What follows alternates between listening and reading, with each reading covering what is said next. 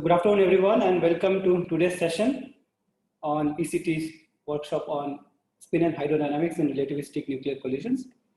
So our first speaker is Professor Wang, and he will be talking about review of spin polarization in microscopic models. So Chun, over to you. Yes. First, I would like to thank the organizers for the invitation to have this chance to give a talk here. I will give a brief overview of the spin polarization in microscopic models. Okay. Then, as an introduction, I will recall some historical events that leads to the discovery of the electron spin. And then I will give a brief overview of on the recent progress in understanding the spin polarization effects in heavy ion collisions. Then I will talk about spin alignment of vector mesons in quark coalescence model. Then I will introduce a microscopic model for spin vorticity coupling from spin orbit coupling in parton-parton scatterings. And then finally, I will talk about spin Boltzmann equations for massive fermions in Wigner function formalism with non-local collisions and with two methods, the method of the Groot and the method of Cardinal-Bain equation. And as a timeline of the discovery of the electron spin, we know that the spin is a quantum object, the classical picture of a particle spin fields. And this is the Stern-Gallac experiment is the first observation of two discrete quantum states of silver atom going through the non-homogeneous B field. Then it spread into a belt. This is the first indication of the electron spin. And then Zeeman effect and a normal Zeeman effect have been found. And for the normal Zeeman effect, one spectral line split into three sublines, or one energy level split into the three sublevels. In the anomalous Zeeman effect, actually one spectral line split into the four lines, and one line split into 6 lines, the even number of spectral lines. This is also indication of the spin. Then we know that this is the odd number, one line split into the odd number of sublevels indicate that the angular momentum, the orbital angular momentum is quantized.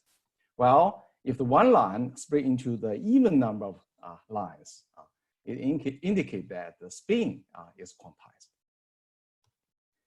And Pauli in 1924 proposed the fourth quantum number. Actually, it's a spin quantum number to explain the anomalous Zeeman effect. And the concept of the electron spin was first proposed by the Ralph Crony in 1925. But although he can explain even splitting of alkali spectra, although missed a factor 2, but this idea was opposed by Pauli and Heisenberg, therefore not published.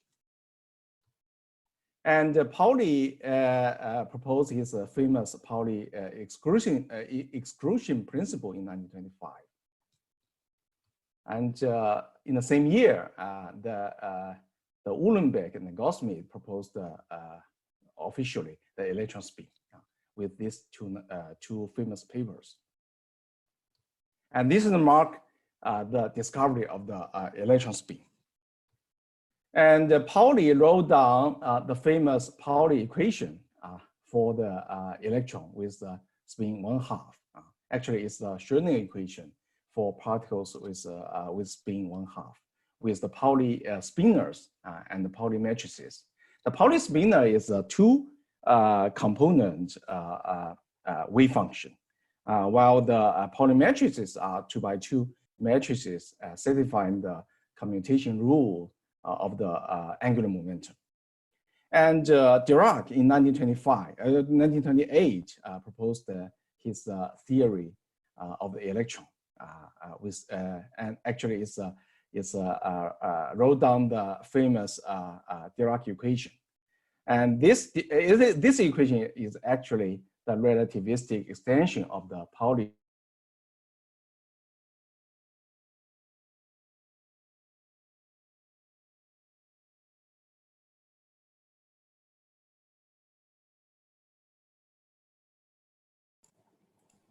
And there are spin effects in heavy ion collisions, as we know that there's a huge global orbital angular momentum produced in the non-peripheral and in peripheral collisions, accompanied by very strong magnetic field.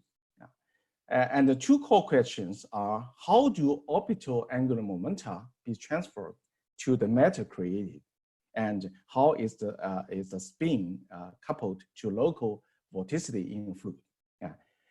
Although there's a tremendous progress in understanding. Can I interrupt you?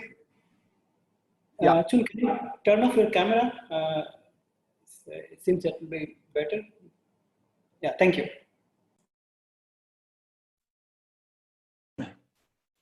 Okay, so two core questions. These two core questions have been answered partially in the recent works. Although there are tremendous progress made in this field, but there are still a lot of unknowns to be answered. And here are some early works on the global polarization in heavy ion collisions. And it was proposed that the spin-orbit coupling can lead to the global polarization of lambda hyperons and the spin alignment of the vector mesons. And also it was proposed that secondary particles can be polarized in unpolarized the high energy hadron-hadron collisions. Also, the polarization can be probed to the vorticity in heavy ion collisions. And also we need the statistic model or statistic theory for relativistic spinning particles.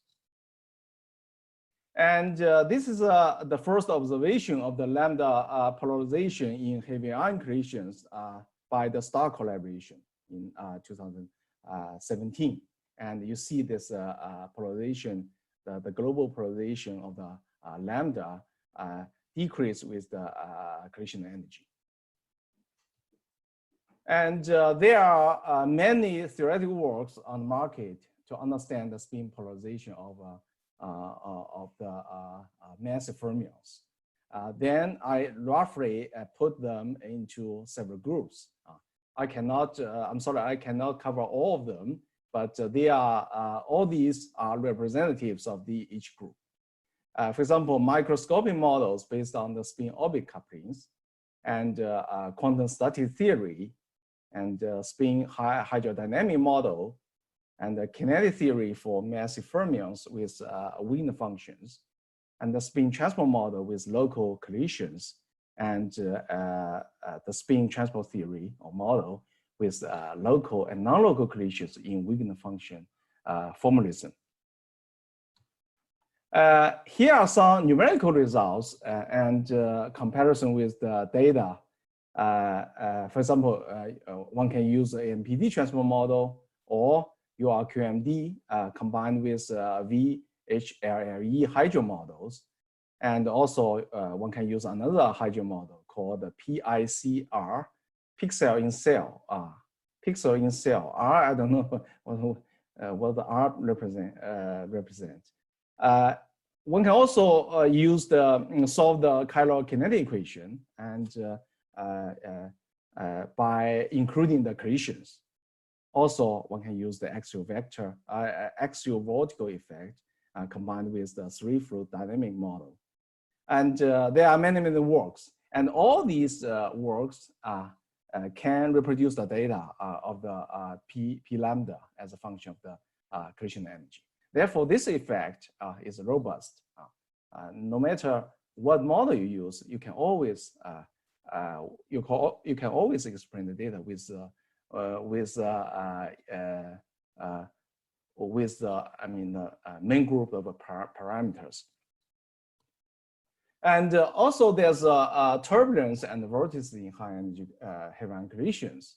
For example, if you have a very high energy particles going through the medium, then you can produce the structure.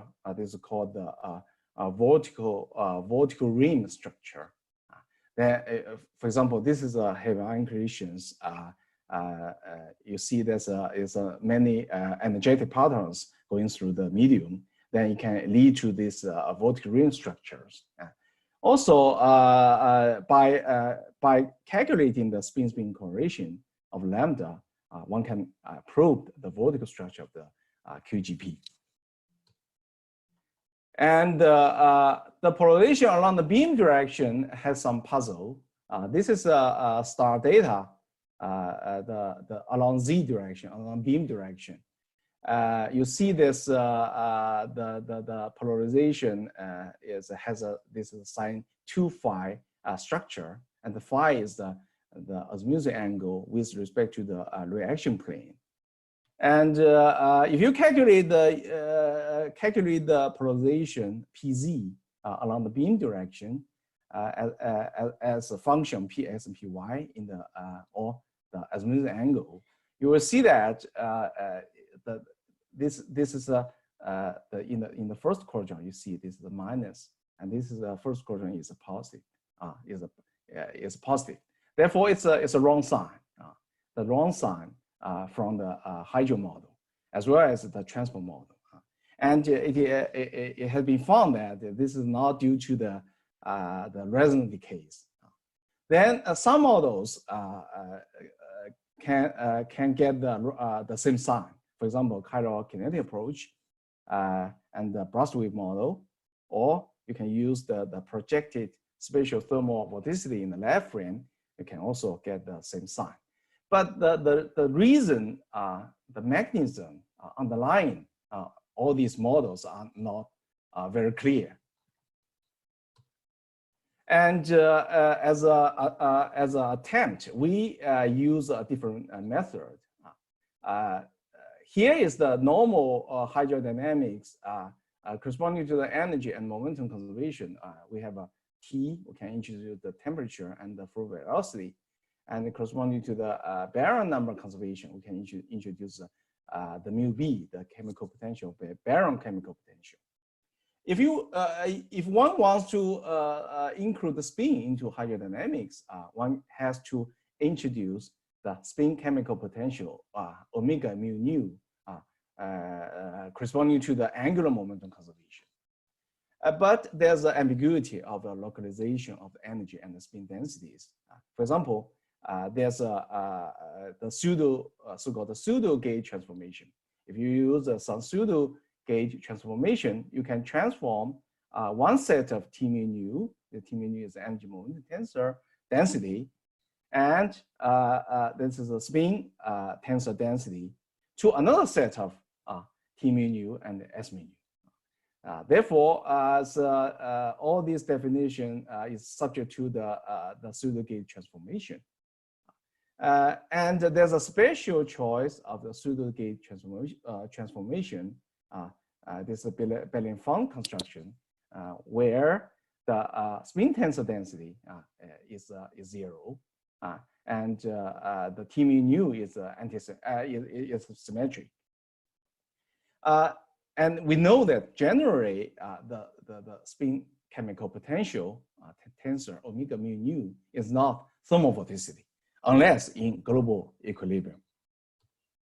And now there are different definition of the relativistic vorticities. The first one is the kinematic vorticity. we define without the T, without temperature.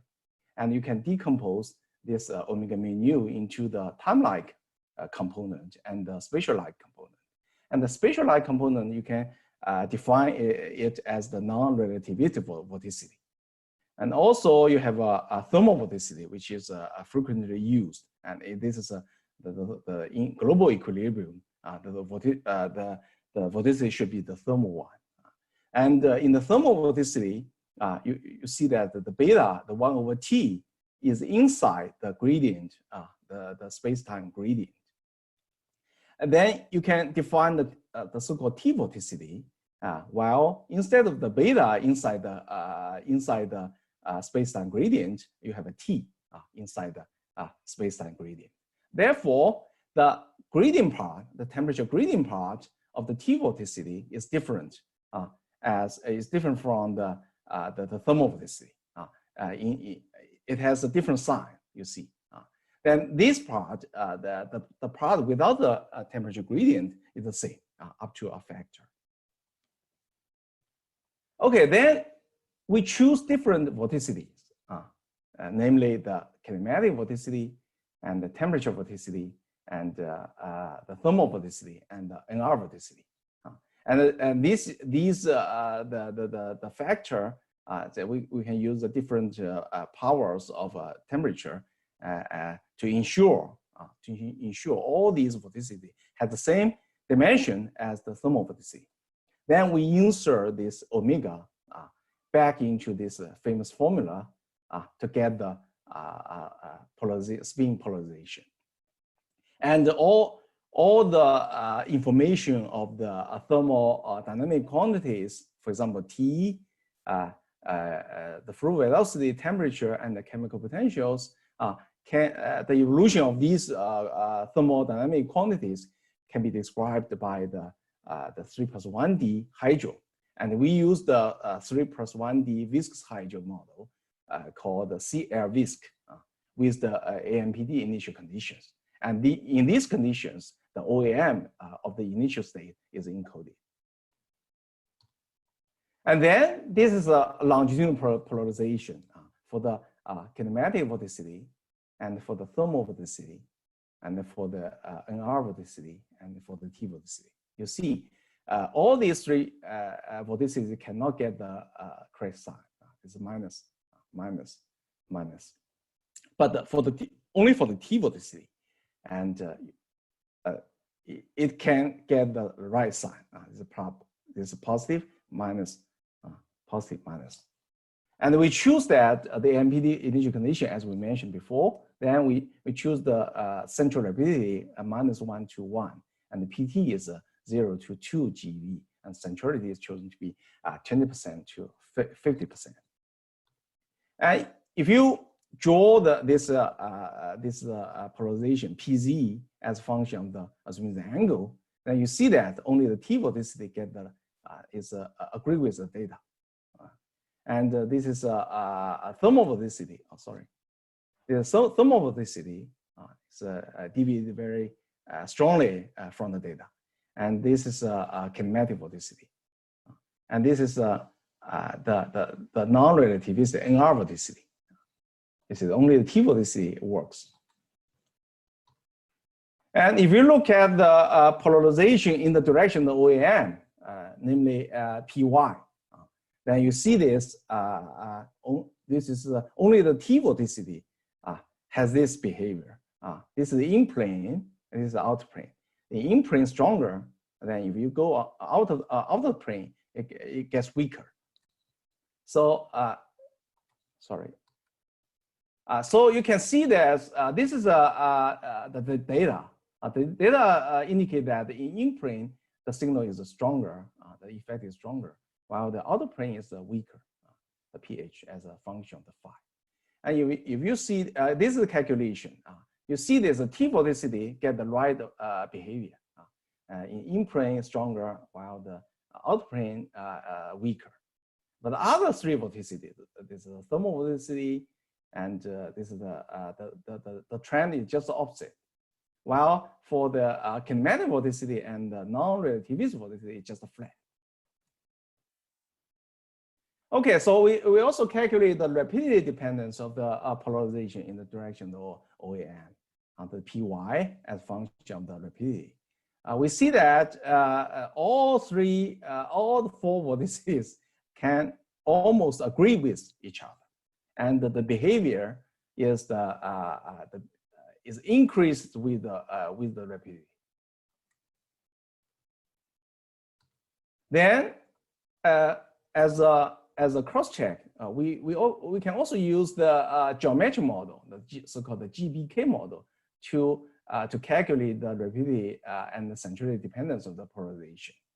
This is then this is our prediction, the pH, the p lambda as a function of the y. You see this at the 200 GeV also increases weakly, slowly as the increasing y. And also, if you go to the lower energy, you will see that the curve becomes more and more flat. Then a summary of this part, and we see that the implication of the T vorticity by the data may possibly indicate the time behavior of the temperature at the freeze-out is essential for the T vorticity to reproduce the correct sign of the PZ, longitudinal polarization. And the T vorticity might be coupled with the spin, similar to the way that magnetic moment is coupled to a magnetic field. And it's also possible that it could be a coincidence from the main assumption that the spin vector is given by the T vorticity in the same way as thermal vorticity. Now I turn to the quark coalescence model for spin alignment of vector mesons and the polarization of baryons. And this part is based on our 3 papers. We know that the Strangeness current can be sources for the phi fields, like the EM field, electromagnetic fields. Classical fields of phi meson can polarize the strain quark. The splitting in the polarization of lambda bar can be explained by the vector meson field. And this phi meson field, phi mu, we denote it as a phi mu, is approximately proportional to the current density of the net strangeness number, the J mu S. This is a S bar minus S. According to the current field identity. Once you have a current, then you have a field, the vector meson field. Once you have this phi mu is similar to the vector potential in EM field, and then you can get the field strength of the phi field. This is some indication, some fact which is found in DIS, deep inelastic scattering, for the S bar S asymmetry in nucleon C. You see this, this is for the small x, the x is a Bjorken the fraction of momentum. Small x, you see there's more S than S bar, while in the, when you go to a larger x, the medium value of x, there are more S bar than S. And then for large x, there are more S than S bar again. This is the experimental fact found in the DIS, indicating that the S and S bar has an asymmetry in the nucleon C.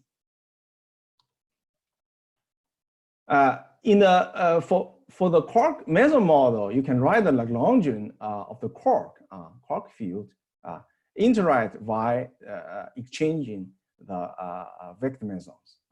And also, if you assume that this is a vector meson field is a classical field, therefore this is a this is a classical field. This is a describe the quarks traveling in the classical field. This is a precise SU3 fields. This third component is denote the it's actually is the S quark. Then you see the S quark interact via the phi field. The spin polarization distribution in phase space for quarks and antiquarks can be written in this way. This is the vorticity part, the vorticity tensor, the dual to the vorticity tensor, thermal vorticity tensor. And this is a dual of the field strength tensor, field strength tensor for vector mesons. And if you can write this strength tensor, the field strength tensor, in terms of the electric part and the magnetic part, or electric field of the vector mesons, and the magnetic field of the vector mesons. Also, similarly, you can write you can decompose this thermal vorticity tensor into the spatial-like and the time-like. The time-like we call the electric part of the vorticity tensor, and omega is similar to the magnetic field. It's the spatial part or the magnetic part of the vorticity tensor. And the GV is the coupling constant between the quarks and the vector meson. And then in the three-dimensional form, for example, if the quark and the antiquark is polarized along the OAM direction, then in three-dimensional form, you can write down the polarization of the quark or antiquark along the y direction is written in this way. And this is vorticity vector along y. This is the electric part of the vorticity tensor across P and along y. And this is the magnetic field, a magnetic part of the vector meson field. And this is the electric part of the vector meson field across P along y.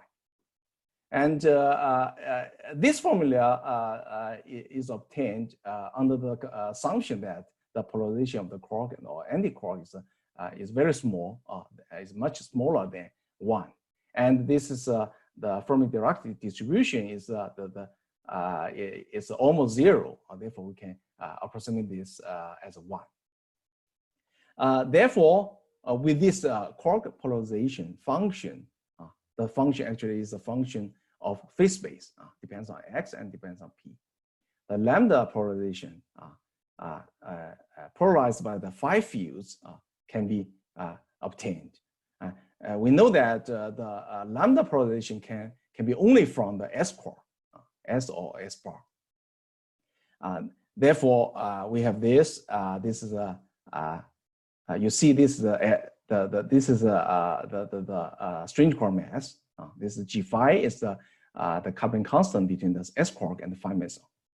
This is omega and the epsilon, the electric part of the vorticity tensor.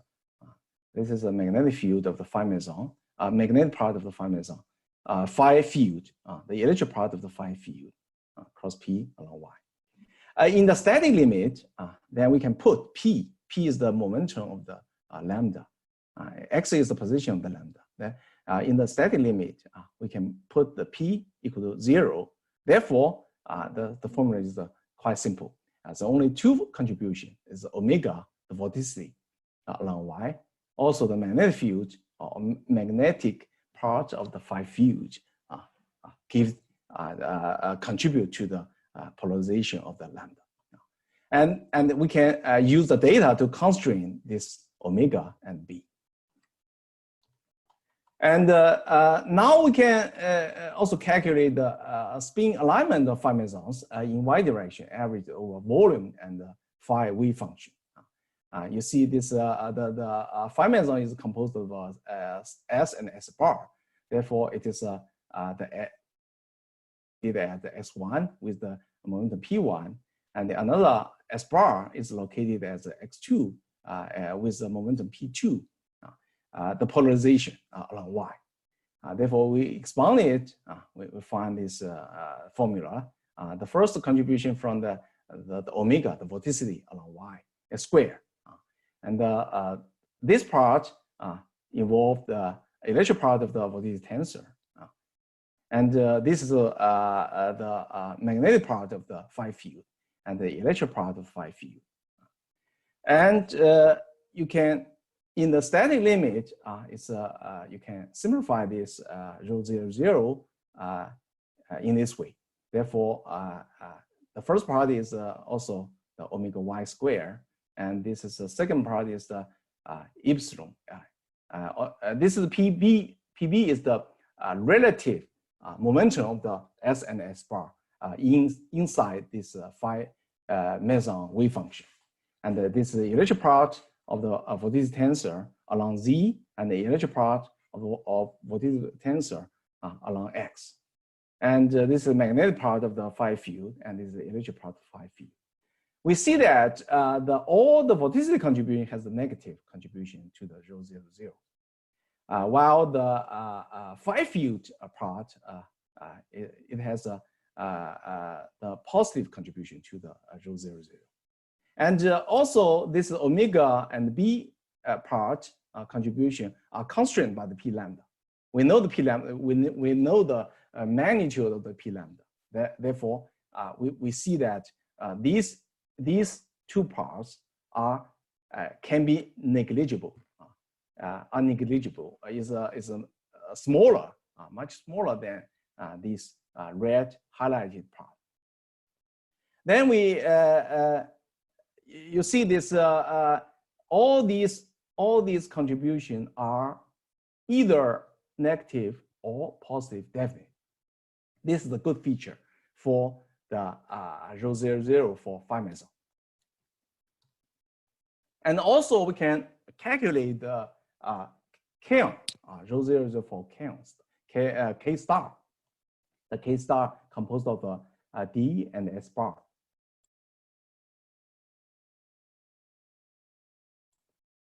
Then in the static limit, we see that this part has an MD in the denominator.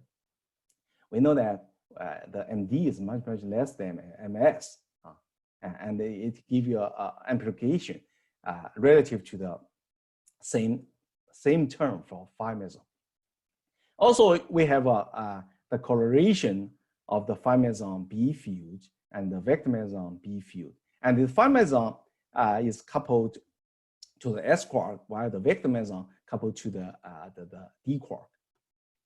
And also, you see this is the relation between the E phi and the EV, and the E phi and EV along X, and E phi EV along Z, and the B phi BV along Y.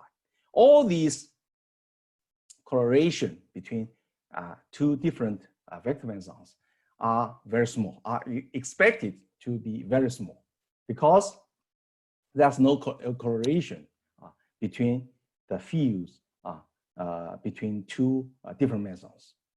This is different, quite different from the phi meson, where the phi meson, you see there's a correlation of the E phi, right?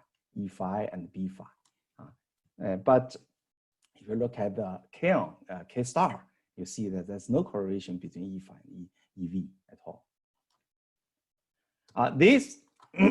Then we can put the rho 0 for phi meson and the rho 0 for K star together. We can compare, we can see the difference. The first difference, you see that the MD in the denominator instead of MS for phi meson. Therefore, this part should be much larger than this part. And you see this rho for the K star, rho 0 is the contribution is almost negative. And while for the phi meson, the dominant contribution comes from this electric part of the phi meson, which is positive. Therefore, we provide an understanding of the spin alignments of the vector meson phi and K star in the static limit. And rho 0 for phi meson is larger than 1/3, while the rho 0 K star is less than 1/3. And a summary of this part, we have constructed a quark coalescence model based on the spin density matrix in phase space with coordinate dependence. The spin polarization of quarks comes mainly from the vorticity tensor fields and the vector meson field. With the model, we provide an understanding of spin alignments of phi meson and the K star in a static limit. There's a positive deviation of the rho 0 phi from 1/3, which may come from the electric part of phi fields, while the negative deviation of the rho 004 K star may come from the electric part of the vorticity tensor fields. And the model can also be applied to other aspects of the spin alignment of vector meson, such as local spin alignment. And then we turn to the next topic, the polarization of from the vorticity, a microscopic model for all spin orbit couplings in particle scatterings. And if you normally in the quantum field theory textbook, we deal with the creation of particles as plane waves. This is the scattering of plane waves. This is the initial state. This is a final state. Because in the incident particle is plane waves, so therefore there's no orbital angular momentum defined because the p is totally determined, while the x is not defined. X is everywhere. Therefore, there's no polarization. Namely, the cross section for one final particle up, final particle spin up is equal to the cross section with this particle spin down. So there's no polarization for final particles. But for creations of a particle as a wave packet, you can have an initial angular momentum. For example, if this wave packet means that it has a finite range in both in x and in p. Therefore, you have a center point, center momentum, center point, and also two center points can be displaced by an impact parameter b, with the b cross pa that you can define L, the orbital angular momentum in the initial state. Then in the final state, we keep the one spin open. The another spin is the spin of another particle, final particle, is summed. Therefore, we look at the differential cross section with S2 up and with S2 down. You will see once you have the initial orbital angular momentum, you will find that these two cross section up and down is not same. Then, which leads to the polarization of the second particle. In this idea, we can consider the collisions in a thermal bath with the fluid velocity. We know that the collision of the momentum states at one space-time point does not contain any information about the gradient of the fluid velocity. The gradient of the fluid velocity can only be probed by collisions of particles at different space-time points. This is called the non-local collisions. Because the vorticity comes from the gradient of the fluid velocity. Therefore, in order to generate the vorticity, you have to consider the non-local collisions. For example, in the thermal bath, we consider the collision of these two particles, which is located at xa, and located at another particle is located at xb. This is a different space-time point with a different momentum. We can boost this pair into its center mass frame, while the xa becomes xca, a different point, and xb becomes the xcb. And the PA and the PB becomes the head-on momentum pair. These two space-time point is displaced by the B, the impact parameter. And we assume that in order for these particle at the two different space-time points to collide or to have a coherence, have the interference, have interaction, we have assumed that the difference between the XA and XB cannot be very large. Otherwise, it loses the coherence. Therefore, in this way, we can calculate the collisional the collision rate. Here we assume that the local equilibrium in momentum but not in spin. And fx is distribution function as a function of x and p depends on the x through this form. So beta p dot u as x through the beta function or the temperature function and the flow velocity function. All 2-2 scatterings with at least one quark in the final state is considered. And we can look at this in the collisional integral. There's FA and FB at a different space-time point and different momenta, and we can expand it for the small displacement B. Therefore, we can find that this is the local OEM L omega coupling. And this is, in principle, this give you the killing condition. But actually, we have tested. This is not certified generally. And we put everything together. Then we can calculate. Sorry to interrupt.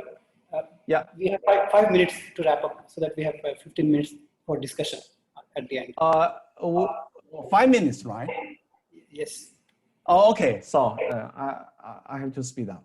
Okay, so then we can get the quark polarization rate per unit volume, which is proportional to a tensor, rank 2 tensor times this partial beta u rho partial x, the gradient of the thermal velocity. And this is W is a 16-dimensional integral, and this poses a numerical challenge.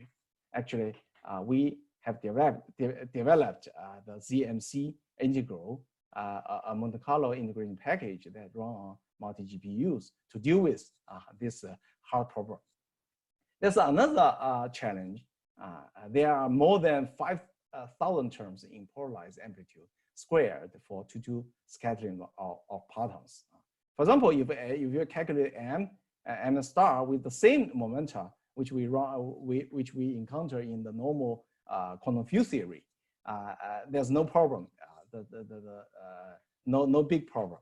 But for in order to calculate the polarized amplitude square, which involved different momenta for m and m star, the number of term blow up.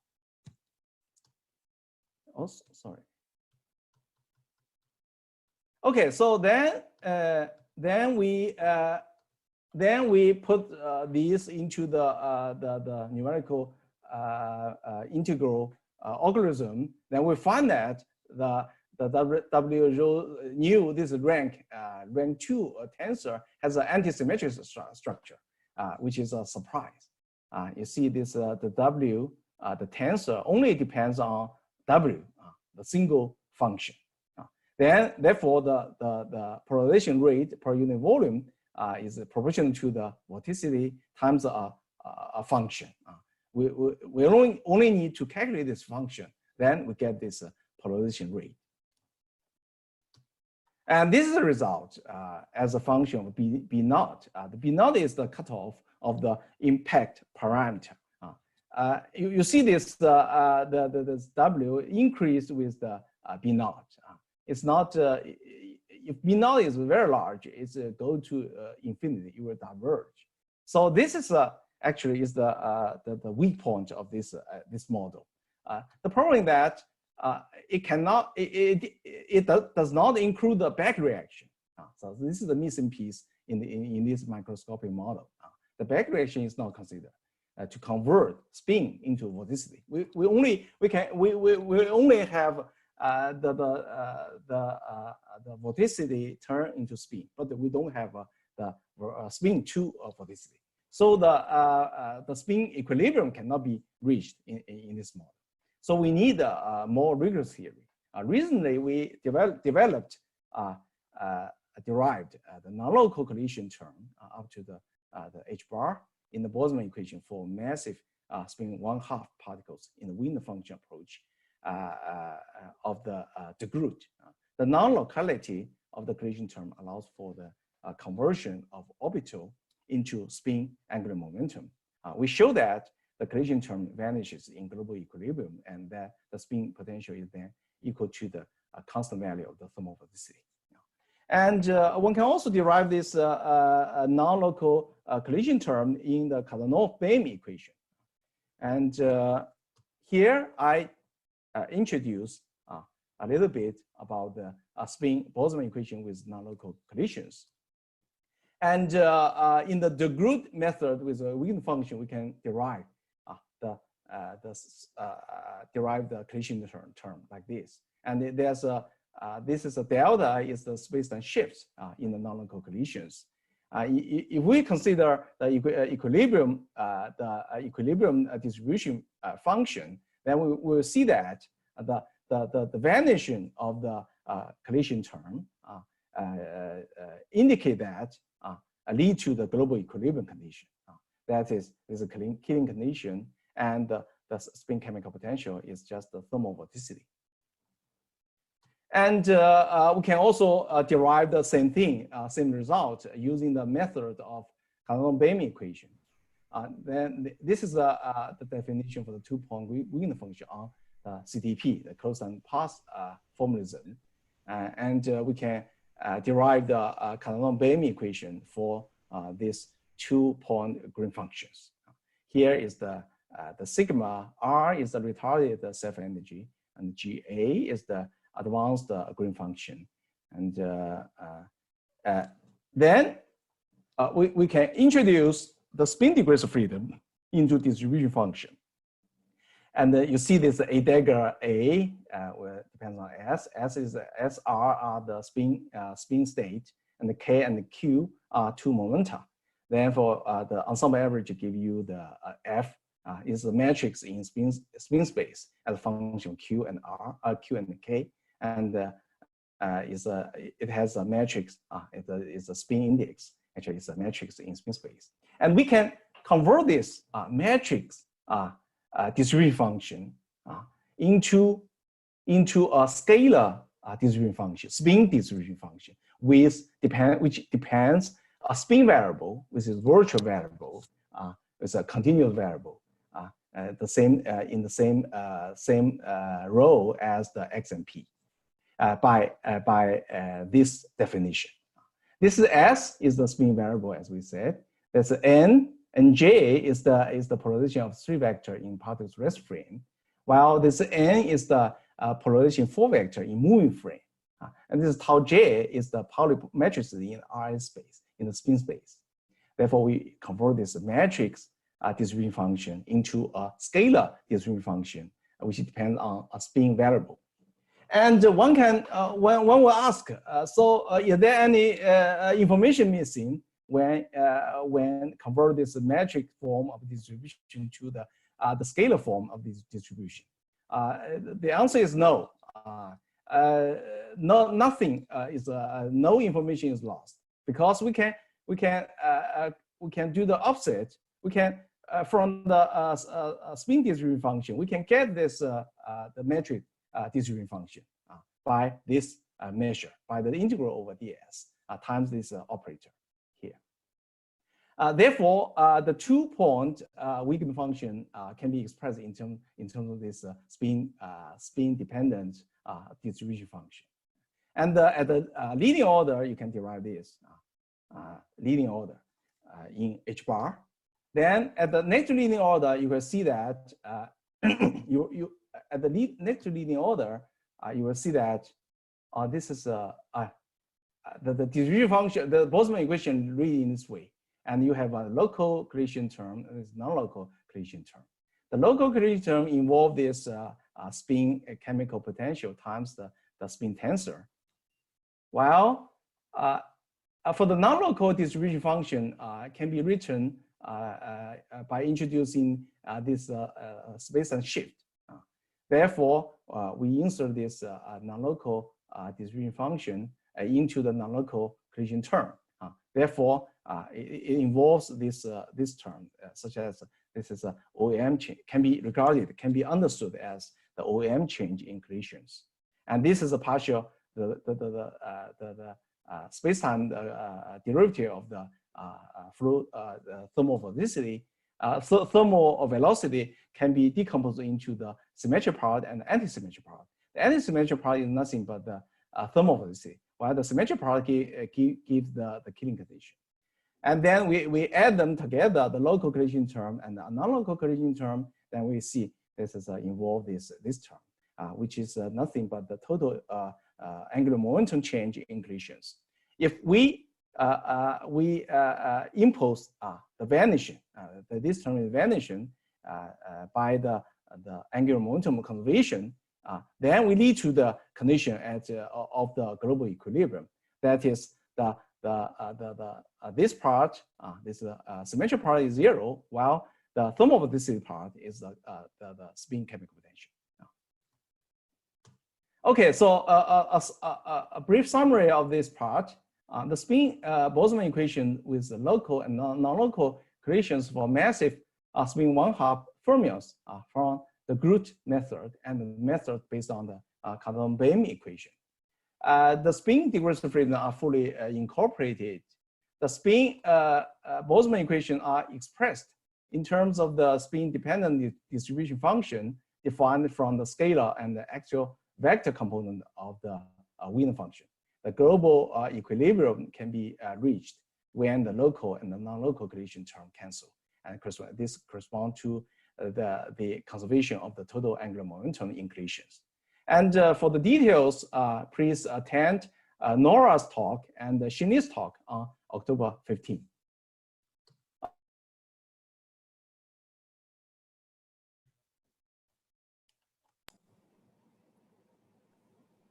Okay, so now thank you, Chun, for such a nice talk. And now the session is open for discussion.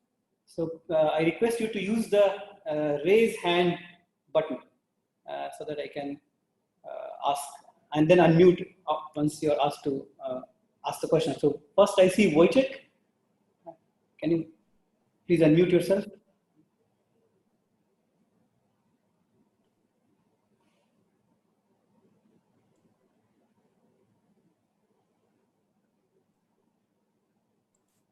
Okay, so Dilunya first.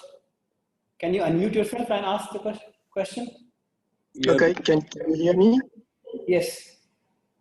Okay.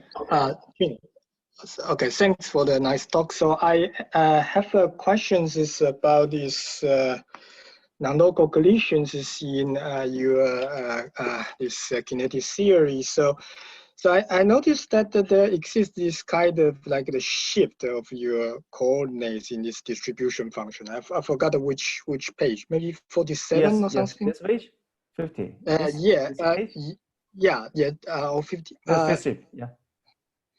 Yeah, that shift reminds me, like as you know, that when we have, of course, side jumps is for the massless particle. Yeah. So it's like a side. It's like a side jump. Yes. So I just wonder. I mean, but in principle, in your cases, you could actually, for example, in the massless case, then you just make this S becomes parallels to momentums, right? Because now there is spinning statements. And then in such a case, could you then have the consistencies side jump collisional turns compares to what have been found, for example, in Amisha's paper and also even in my papers. I mean, yes, Actually, this is a very good question. I mean, this is similar to side jump, but you know, this, the thing is more complicated than the side jump, because I agree. I mean, it corresponds to, as far as to my knowledge, it corresponds to this which I described in our model. You see in in our model, when you consider the collision of particles located at two different space and points, you will always involve some kind of impact parameter. So this is the typical feature of the non-local collisions. So therefore, this is the delta X arises as a factor of the non-local the feature of the non-local collisions. Actually, it's a proportional to h bar. It's a quantum effect, purely quantum effect. Yeah, but then if you interpret this in your microscopic models with this impact parameter, then what really determines the scales of these impact parameters? Yes. I think this is first is a purely quantum because it's a proportional to h bar. Then another thing that is the proportional to the you can, if you use the weak packet language, you will see that it is proportional to the orbital angular momentum in the non-local collision in the center mass frame. Yeah, in that sense, it's still the spin orbit interaction, right? So yeah, this is the same mechanism. Yes. Okay, maybe we move on to the next question. Maybe we can discuss more later in the future. Okay, thank you very much. Okay. Thank you for your. Okay.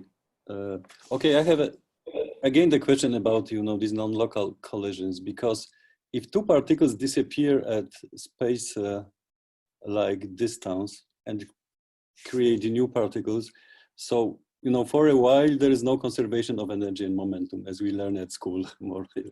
So my impression is that this approach somehow violates also locally energy momentum conservation. Yeah? Because if you have two particles which are, they are incoming particles and they disappear and they form, new particles. So in one frame, they are disappearing at the equal time in some reference frame, but in other frames, one, is created together with the other one. Yeah. So I think for a short time, I think there's no conservation of energy and momentum.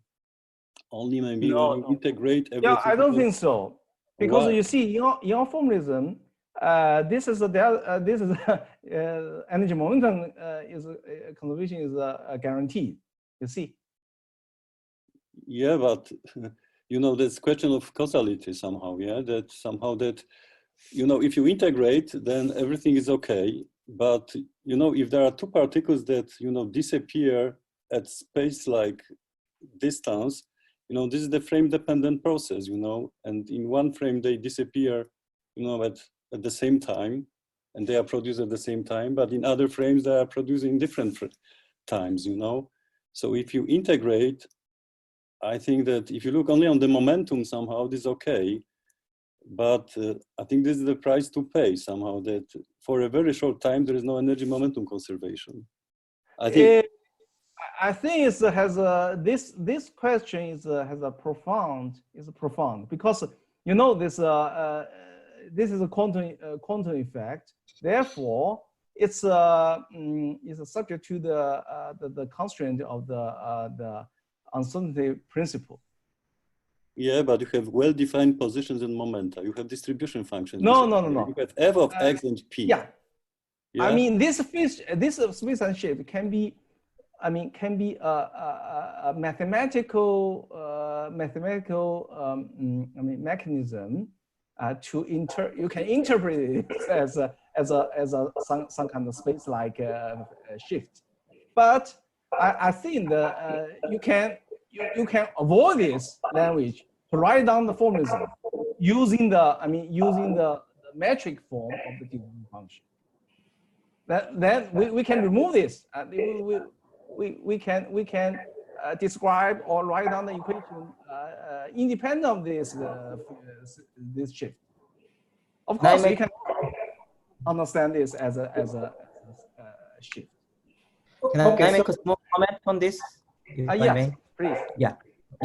I think this is very interesting question. My only comment is that the side jump effects are taken care of in the energy momentum and charge current. So they are called the side jump contributions to the current. So this side jump contribution to current really represent this quantum motions induced by the side jump. Yes. Excuse me, there is echo. Excuse me, there is a strong echo. Could you just unmute all mics except for the person who speaks, because I cannot actually listen correct. Yeah. So I think I basically finished my comment, but So I think this kind of quantum transport encoded in side jump are taken care of in the side jump contributions to the current, the charge current and energy movement current. And with those contributions, conservation of conservation of charges are shown. Yeah, that's my comment. Yeah. Okay, so we move to the next question by Francesco. Sorry, may I add a comment here? Yes. Okay. Okay. And I just want to comment on the side jumps.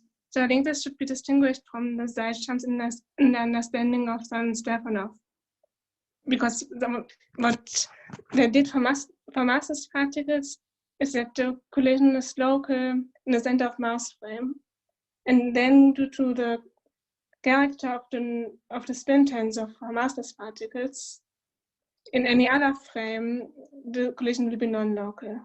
And here it's different. Here, this collision here is really local and really non-local in the sense of a finite impact parameter, and also the particles after the collision are the difference by standpoint than before the collision in any frame.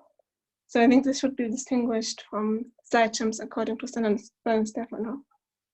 Yes, yes. I think Nora's answer is correct, because for non-local collisions, this seem to be like a side jump, but it is different from what the Misha Stefanovs considered, because they consider the local collisions, and they didn't consider any non-local ones. So it's a little bit different. Yes. Okay, so maybe we move on to Francesco. Yeah. Can you hear me? Can you hear me? Yes, we can hear you. Can you go to please slide 48? 48. Yes. Yes. So what Okay. I wanted to ask about this. The first equation you wrote, that is it has to do with the spin density matrix. Yes. The mean value of A dagger A with two different polarization states and different momenta. Yeah. So this is well, for different momenta, this is the spin density matrix. However, Yes. then you wrote, then it is somewhat promoted to a function of x and p, and then you wrote that 2-point Wigner function can be expressed as a function of f plus xps. So, but I mean, I have a doubt. I have some doubt about this. Yeah. The 2-point Wigner function, unfortunately, seems to be very hard to be expressed in terms of a distribution function like this, unless you have probably massless particles. Oh, okay, so maybe. Okay, I mean, so this first line is no problem. Has no problem. Yeah, right. I didn't introduce X dependence. Yeah, right. This is not different. But if your density matrix depends on X, what if Joe X depends on X? Then you introduce X, right? That is really the point. I mean, I mean, in the Groot book, this is done, but it applies only in case of slowly varying Wigner function. So in general, it looks like you can't do that, in a sense that so this is my question about the 2-point Wigner function can be expressed. I think this is true only to some approximation. Yes. This is my. So I wanted to ask you if you actually, this is the holds at the leading order of H bar. So for the free case, you can do this. No, but this is quite clear. I mean, this is just the mean value of A dagger A. So this is the definition. Yes. Francesco, the question is about this, the statement. The 2-point Wigner function can be expressed as a function of f plus xps. And I think that this here is I have a problem. So So I want it to ask seems like whether a this is technical. approximation or not. No. So actually, this is from this line to this line. There's a big jump. We derive this also depend on x. The Wigner function. I mean, in our paper, this is a big jump. A lot of steps. Then this just write down the final equation. The x Okay, so, is introduced naturally, I would say. Okay. so maybe we Our move on to observation. 2 quick questions from Oleg and Dirk, and then we finish this session. So Oleg. Well, may I ask? Yes, please ask. But we can't hear you. I can't. I actually have a question concerning The alignment. sound is very weak. Very weak, yeah. Yeah, please be louder. I have a question concerning the alignment. And okay. And when the mass of light quark appears in the denominator, which mass do you consider? I would say the constituent quark mass. So I would say that if you take current quark mass from one side, No. This is a current quark mass that doesn't work because this is a constituent quark mass. So it's a constituent mass. Yes? Right. Constituent quark mass. Well, for light quark, this can be also, I guess, something like something related to quark condensate, which is of the same order. And because if for very small mass, you can violate the positivity bounds. So yeah, of course. This is a non-relativistic model. It's not a relativistic model. So because when you get U quark, then you get U quark. So this means you will take also a sort of constituent mass, right? Yeah, 300 MeV. Like well, okay. Then it's not so different from strange mass, right?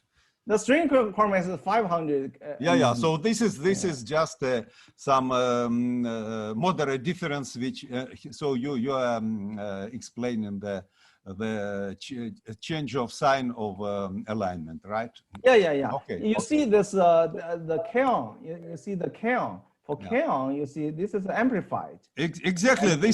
But this amplification is not that strong. Yeah, exactly. Yeah, you are right. Actually, this is a good question. This is the kaon wave function has some difference. Yeah. So make this is larger than this. Well, but still, I would say that if you have a strong inequality, I would say that this may be too strong because otherwise you exceed positivity bounds. Yes. Right. Exactly. This is not current quark mass. Okay. Okay. Thanks. Okay. So last question from Dick and. Yeah, it's just a comment to clarify this role of quantum mechanical uncertainty. There is actually a question by Golam in the chat, and the relation between that and the side jump. So I tend to agree with Nora that what we are computing here is actually an H-bar correction to the classical distribution function. As also asked by Francesco. So these questions are related.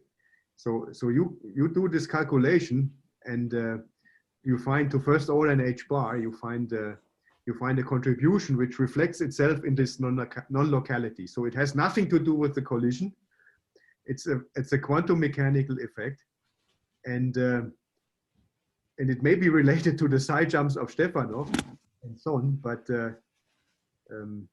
I think it's not completely obvious how to make the bridge. Okay, although the term looks similar, but this is only a comment. I don't want to hold up the procedure here. So I see a hand raised by Shuai. So if it's a quick question, can you please ask? Shuai. Hi, Professor Wang. So basically, I would like to ask in page 39. So basically, how you define the in page 39. So 39. Yes. Yeah. This one. 39. Yeah, I think. 39. This is 39, right? Yeah. Basically, Yes. Basically, it's in your calculation, how you define your position and how you define your impact parameter B using the wave packet. Because actually, yeah, this is the B is you can because this is a wave packet. The creation wave packet. So the B is a parameter. You have the cutoff of this B. Otherwise, the rate, the polarization production rate per unit volume will diverge. So this is because in our model we do not include the back reaction.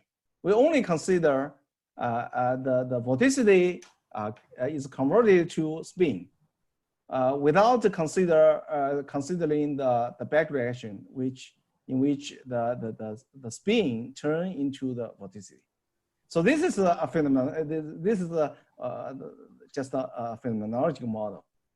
But this inspires us to look into how to include this back reaction. So in our spin Boltzmann equation with non-local collision, we succeed in doing so. Okay. Okay. I think the reason why I asked here the definition of the position is basically if you use the charge density or say the charge center to define the position for a wave packet. If you do the boost from one friend to the other friend, the center will actually the center will actually have a side jump in the boost. If there is nothing related with the collision, but simply the boost will create this side jump of the wave packet if you use the charge center as the definition of the position. I'm not familiar with what you are saying, but we can talk later. Yeah, thanks. Yeah. Thanks. Yeah. Thanks for, yeah. Okay, so let's thank Chun Wang for this nice talk.